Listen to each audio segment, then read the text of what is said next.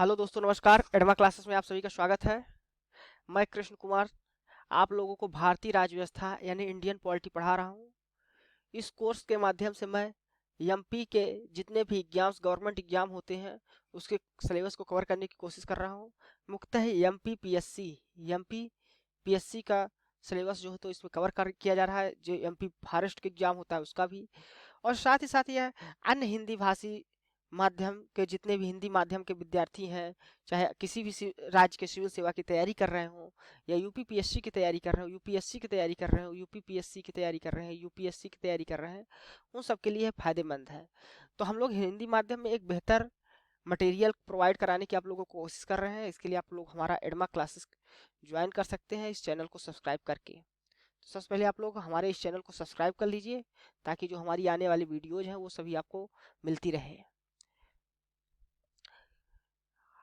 एडवा classes जो तो MPPSC Hindi माध्यम के विद्यार्थियों के लिए रोजाना क्लासेस चलाता है। सुबह 8 बजे आप लोग मध्य प्रदेश का जीके पढ़ सकते हैं। इसमें आपका मध्य प्रदेश से संबंधित समस्त जीके, इतिहास, भूगोल, राजनीति, अर्थशास्त्र, जितना भी मध्य प्रदेश का सामान्य ज्ञान है वो आप लोग कंप्लीट सामान्य ज्ञान इसको सुबह 8 बजे पढ़ सकते हैं देशान जैन सर से।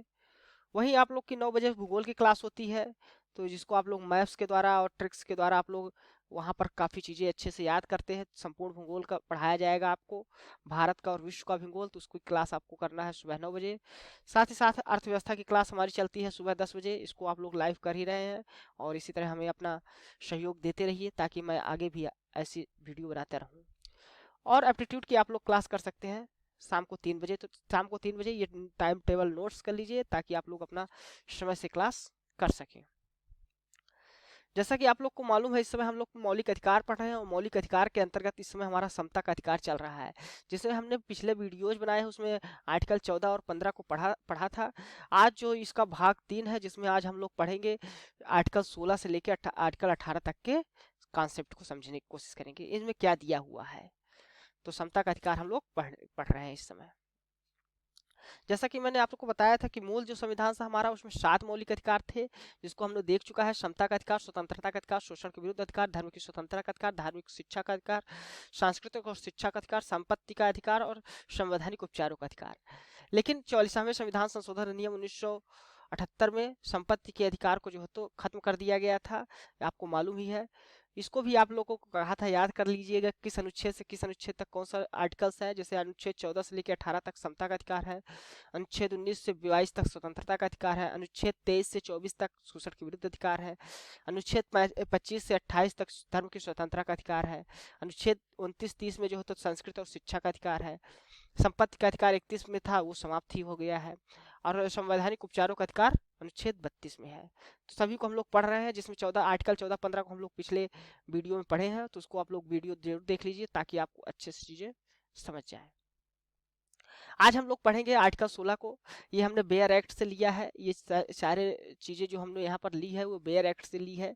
तो आप लोग बेयर एक्ट को डाउनलोड कर सकते हैं और उससे आप लोग पढ़ेंगे तो आपको काफ़ी फ़ायदा होगी, सहूलियत होगी चीज़ों को समझने में। और उसका जो है तो मैं यहाँ पर समझा देता हूँ एक बार सरल तरीके, सरल भाषा में, क्योंकि इसकी जो भाषा लिखी होती है थोड़ा क्लिष्ट होती है, इसलिए इसको आसान भाषा में। तो आर्टिकल 16 समझने से पहले हम लोग इसमें सबसे पहले कुछ चीज़ों को हम लोग कुछ सब परिभाषाओं को समझ लेते हैं जो हमने पिछले लेक्चर्स में पढ़ाया भी है, लेकिन उसको जान लेना समझ लेना जरूरी है। जैसे राज्य के अंतर्गत, राज्य की परिभाषा हमने बताया था कि राज्य के अंतर्गत वे सभी चीजें आती है जो भारत सरकार या सरकार के फंड से चलता है, यानी सरकार के राजस्व के द्वारा जो भी कार्य किए जाते हैं, चाहे वो नगर पालिका का हो, नगर का कार्य हो, नगर पालिका का कार्य हो, चाहे वो पंचायती राज पंचायत का कार्य हो, चाहे कोई सरकारी नौकरी हो या सरकारी संस्थान है, सरकारी कंपनी है, हर जगह जो जितने भी सरकार के द्वारा जो कार्य किए जाते हैं वो सभी राज्य के डिफिनीशन के अंतर्गत आते हैं। जैसे हाई कोर्ट्स हो गया, कोई कंपनी हो गई, जैसे कि आप ले लीजिए ओएनजीसी कंपनी, हमने बताया था इस सब आपको एग्जाम्पल्स के थ्रू। तो राज्य की डिफिनीशन आप जानते रहिए। दूसरा हमने बताया था कि आपको कि कुछ अधिकार ऐसे होते हैं जो केवल नागरिकों के लिए होते हैं और कुछ अधिकार जो हो तो सभी को। तो जहां यहाँ पर नागरिक, किसी भी आर्टिकल में यदि नागरिक शब्द का उपयोग प्रयोग किया गया है, नागरिक शब्द का, तो उसको आप लोग समझ लीजिएगा कि यह भारत के नागरिकों के लिए ही केवल यह नौकरी जो है तो ये प्रावधान किया गया है।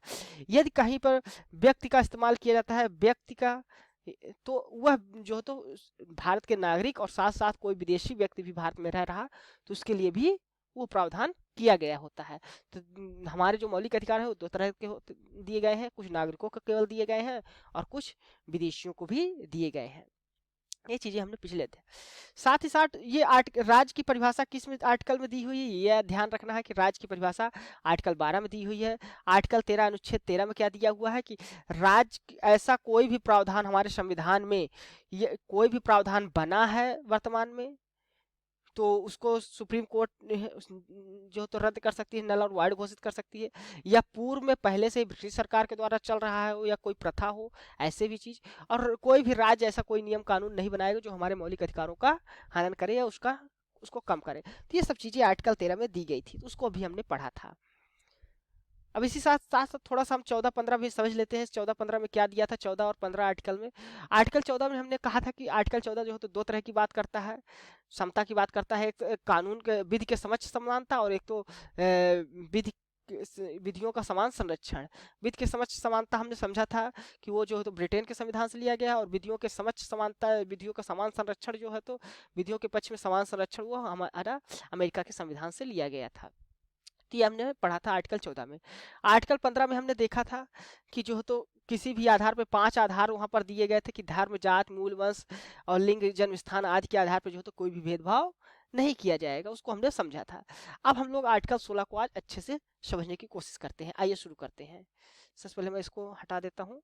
हाँ, तो देखिए आर्टिकल 16 क्या किस बारे में बात करता है। आर्टिकल 16 बात करता है लोक नियोजन के विषय में अवसर की समानता। देखिए आर्टिकल 14 बात करता था समता का अधिकार, ठीक है।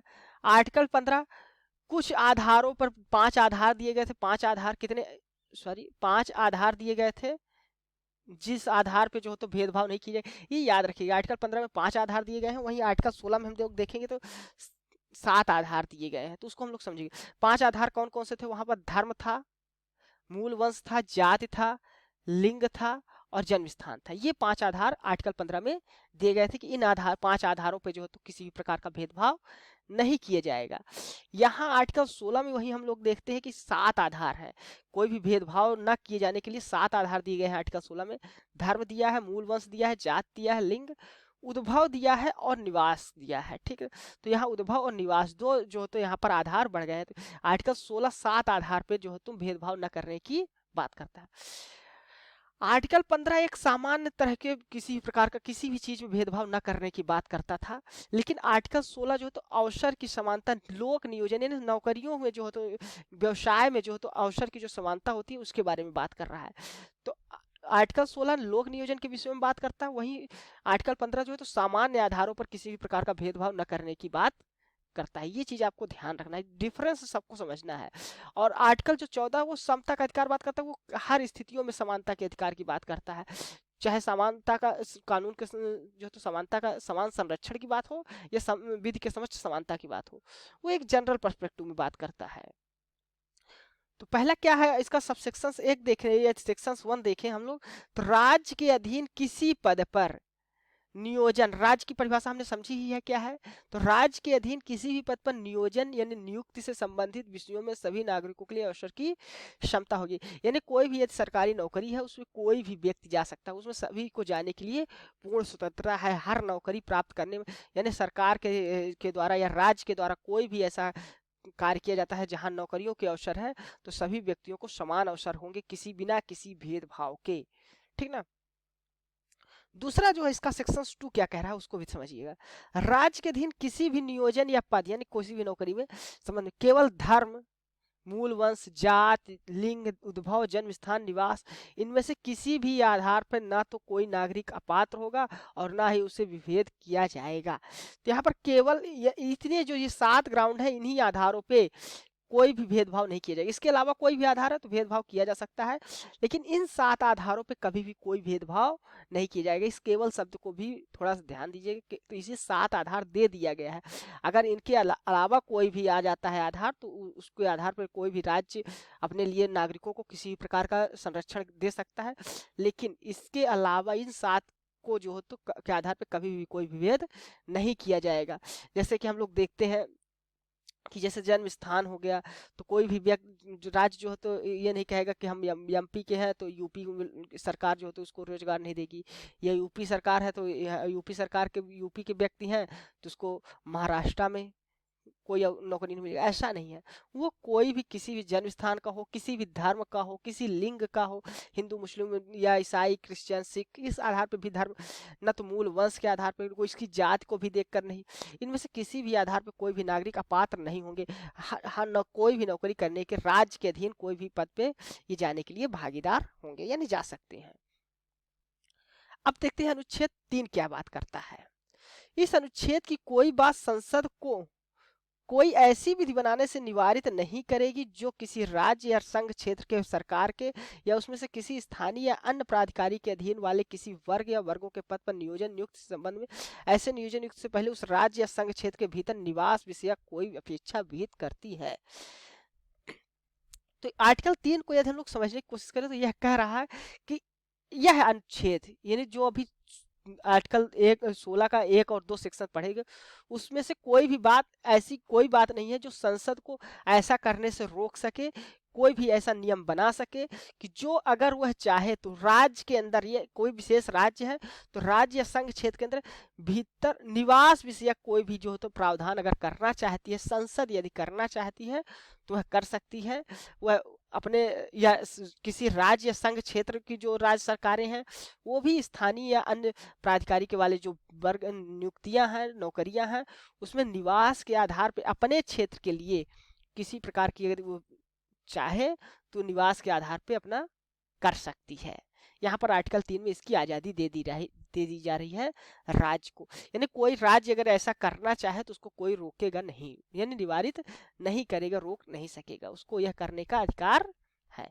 यानी अपने राज्यों के लिए कुछ परसेंटेज वह अपने राज्यों के या किसी भाषा के आधार पर, जैसे अब आप लोग सोचिए कोई भी व्यक्ति यदि तेलंगाना में कार्य करना चाहता है, तेलंगाना में, ठीक ना, तेलंगाना में, अब वह अपना जो है तो भाषी कह दिया कि उसको जो है तो तेलुगु आनी चाहिए, तो तेलुगु जैसी भाषा को वहाँ अपने राज्य के अंतर्गत या वहाँ के निवास को जो है तो कह दे कि यहाँ का निवासी होने के निवास को जो है तो 10% का आरक्षण, इस तरह की कोई बात बना सकता है, यदि वहाँ की संसद चाहे या राज्य सरकार चाहे ऐसा कर सकती है।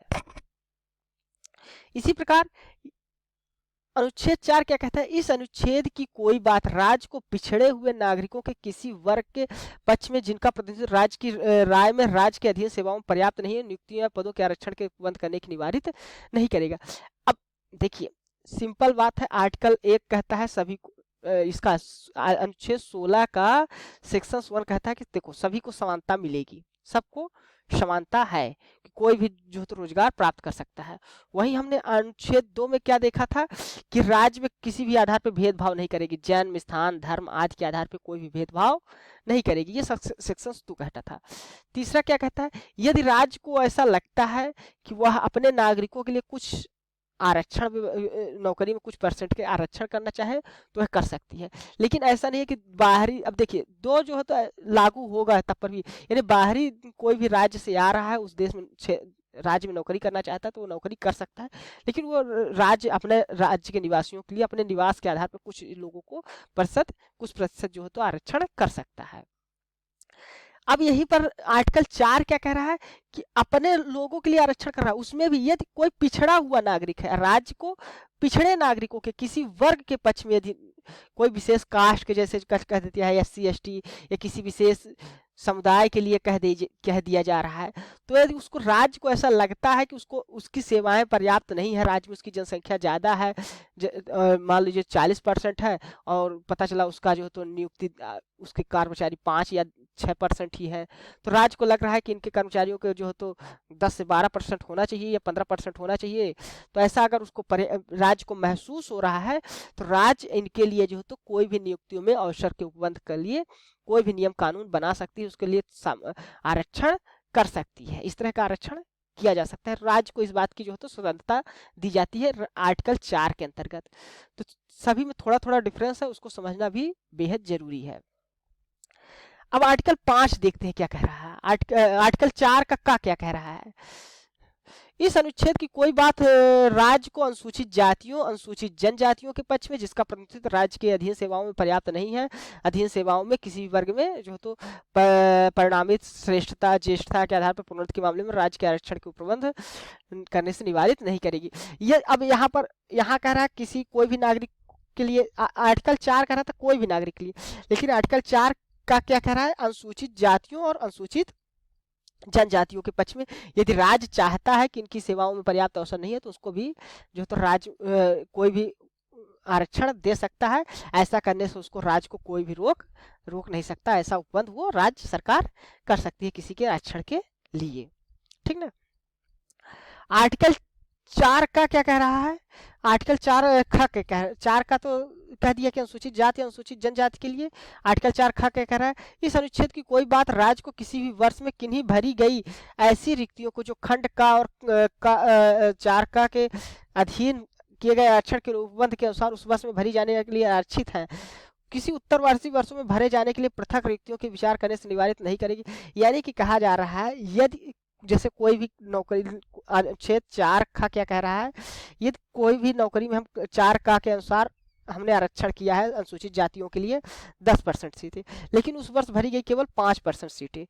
अब अगले वर्ष यदि राज्य चाहे तो ये खाली जो 5 सीटें रह गई, 10 में से 5 सीटें रह गई, उसको अगले वर्ष जो है तो राज्य चाहे तो इस 10% के अलावा वो 5 सीटें उसको जो है तो करने से रिक्तियों को भरने के लिए दे सकता है। ऐसा करने से उसको कोई भी रोक नहीं सकती है। लेकिन यह मैक्सिमम कितना होना चाहिए, 50% के आरक्षण की अधिकतम सीमा की अवधारणा पर विचार नहीं किया जाएगा। यदि ऐसा किया जा रहा है तो 50% की जो आरक्षण की सीमा है उस पर भी विचार नहीं किया जाएगा। अभी हम लोग समझेंगे वो 50% आरक्षण वाला केस भी आगे पढ़ेंगे।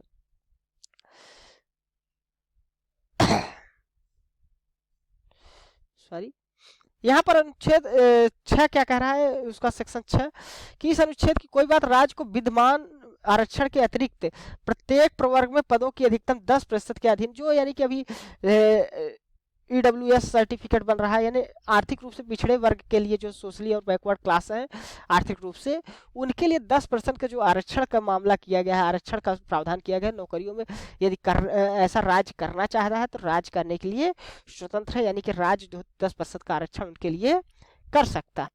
तो यहाँ पर 10% आरक्षण की बात जो है तो जो अभी 2019 में संविधान संशोधन के द्वारा इसको जोड़ा गया है।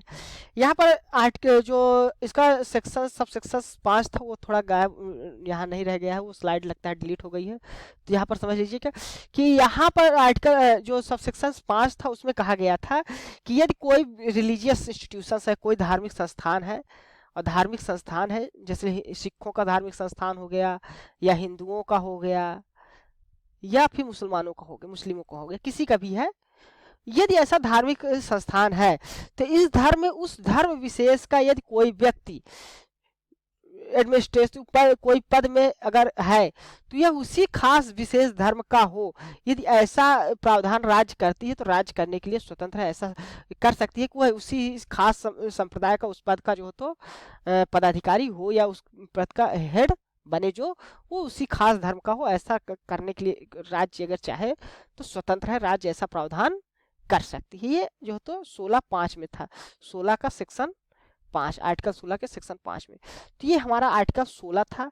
इसमें हमने समझा कि जो लोक नियोजन यानी लोक नियोजन में अवसरों की जो समानता है, यानी नौकरियों में जो अवसर हैं वो किन किन आधारों पर मिल सकते हैं, वहाँ पर हमने देखा कि आर्टिकल 16, आर्टिकल 17, मतलब 16(1) में जो है तो क्या था कि सभी को मिल सकता है। 2 में 7 ग्राउंड दिए थे, इन आधारों पर कोई भेदभाव नहीं किया जाएगा। 3 में दिया गया था कि जो तो राज्य अगर किसी भी चाहे तो किसी के लिए जो है तो अपने राज्य में जो है तो अधीन कुछ प्रतिशत जो है तो सेवाओं को नियुक्त कर सकता है। 4 में हमने देखा कि अनुसूचित जाति या किसी विशेष वर्ग या जात के लिए जो है तो बनाना चाहती है, अनुसूचित जनजाति के लिए बनाना चाहती है तो आरक्षण कर सकती है। वही 16(5) में हमने देखा कि वो किसी भी धार्मिक इंस्टीट्यूशन है वहाँ पर कोई भी पदाधिकारी बन रहा है तो उस धर्म का होना चाहिए।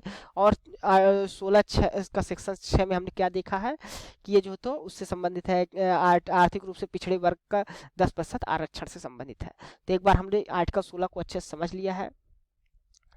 अब देखते हैं आर्टिकल 17 क्या कह रहा है। आर्टिकल 17 संविधान का अनुच्छेद 17 को देखें तो ये अस्पृश्यता के अंत की बात कर रहा है। छुआछूत के किसी प्रकार का जो छुआछूत होता है उस पर किसी भी प्रकार का भेदभाव, अस्पृश्यता का अंत करने की बात की है। तो और उसका किसी भी रूप में आचरण निषिद्ध किया जाता है। अस्पृश्यता से उपजी किसी निर्योग्यता को लागू करना अपराध होगा जो विधि के अनुसार दंडनीय होगा। यानी कोई ये छुआछूत का प्रावधान अगर अभी भी बना के रख रहा है कि यानी छुआछूत के विरुद्ध कोई बोल रहा है या ऐसा आचरण कोई कर रहा है तो उसके आचरण को दंडनीय माना जाएगा। अब चलिए थोड़ा समझ लेते हैं अस्पृश्यता किस प्रकार से की जाती है।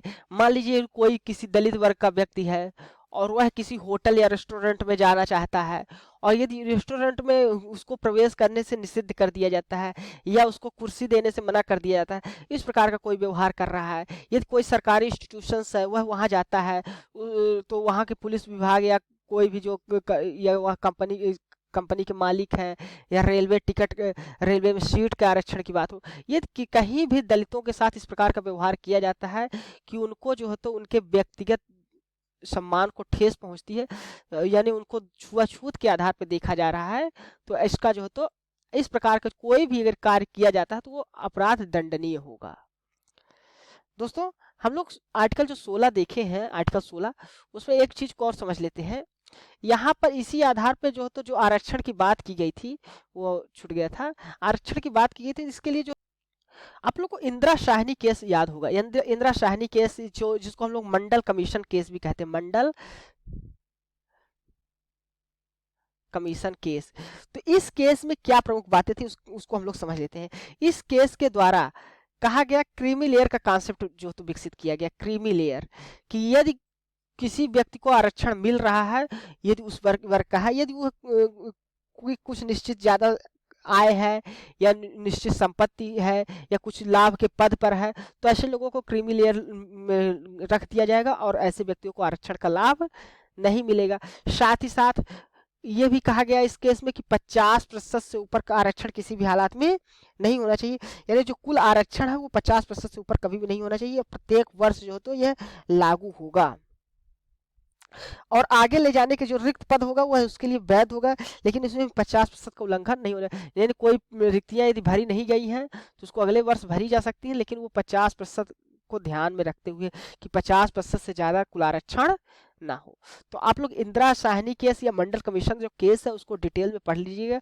साथ ही साथ ऐसी क्या क्या डिफिनीशन, क्रीमी लेयर की क्या डिफिनीशन होती है, क्रीमी लेयर जो डिफिनीशन है उसको समझ लीजिएगा। इसके अंदर कौन सी क्राइटेरिया होती है कि आधार पर किसी व्यक्ति को क्रीमी लेयर में गणना की जाती है, ये सब चीजें कंडीशंस को आपको समझना है। तो इस चीज को आप लोग देख लीजिएगा। अस्पृश्यता का हमने बना लिया है। अस्पृश्यता के लिए एक कानून भी लाया गया था 1965 में, अस्पृश्यता अपराध अधिनियम 1965। इसके लिए क्या लाया था कानून, अस्पृश्यता अपराध अधिनियम 1955, जिसके अनुसार जो तो इसका जो तो अनुच्छेद 17 के अंतर्गत यदि कोई भी ऐसा कार्य करता है जो छुआछूत या इससे संबंधित चीजों को बढ़ावा दे रहा है तो उसके लिए जो दंडनीय अपराध की बात की गई है यह दंडनीय होगा। ऐसा कोई भी कृत्य किया जा रहा है उस व्यक्ति के द्वारा तो वो दंडनीय कृत्य के अंतर्गत आएगा। ये आज था हमारा वीडियो जिसमें आज हमने जो तो आर्टिकल 16 और 17 को समझने की कोशिश की। आर्टिकल 16 लोक नियोजन का और आर्टिकल 17 जो तो अस्पृश्यता के बारे में। यदि हमारा वीडियो आपको अच्छा लगा है तो आप इसको लाइक कर दीजिए, हमारे एडमा क्लासेस के चैनल को सब्सक्राइब कर लीजिए ताकि, और बेल आइकन को भी दबा दीजिए ताकि जैसे ही हमारी अगली वीडियो आए वो आपको मिल सके। इसके अलावा आप लोग यदि हमारे social media groups Instagram, Telegram, Facebook से जुड़ना चाहते हैं तो जिसका जो तो इनका सबका लिंक डिस्क्रिप्शन बॉक्स में नीचे दे दिया गया है। टेलीग्राम ग्रुप से आप लोग जरूर जुड़ जाइए क्योंकि यहाँ पर हमको इस लेक्चर की PDF मिलती है। साथ ही साथ वहाँ पर डेली MCQ क्विजेस होते हैं जो आपको प्रारंभिक परीक्षा प्रीलिम्स पास करने में बहुत ही मदद करने वाले हैं। तो आप लोग टेलीग्राम ग्रुप से अवश्य जुड़ जाएँ। धन्यवाद, थैंक यू।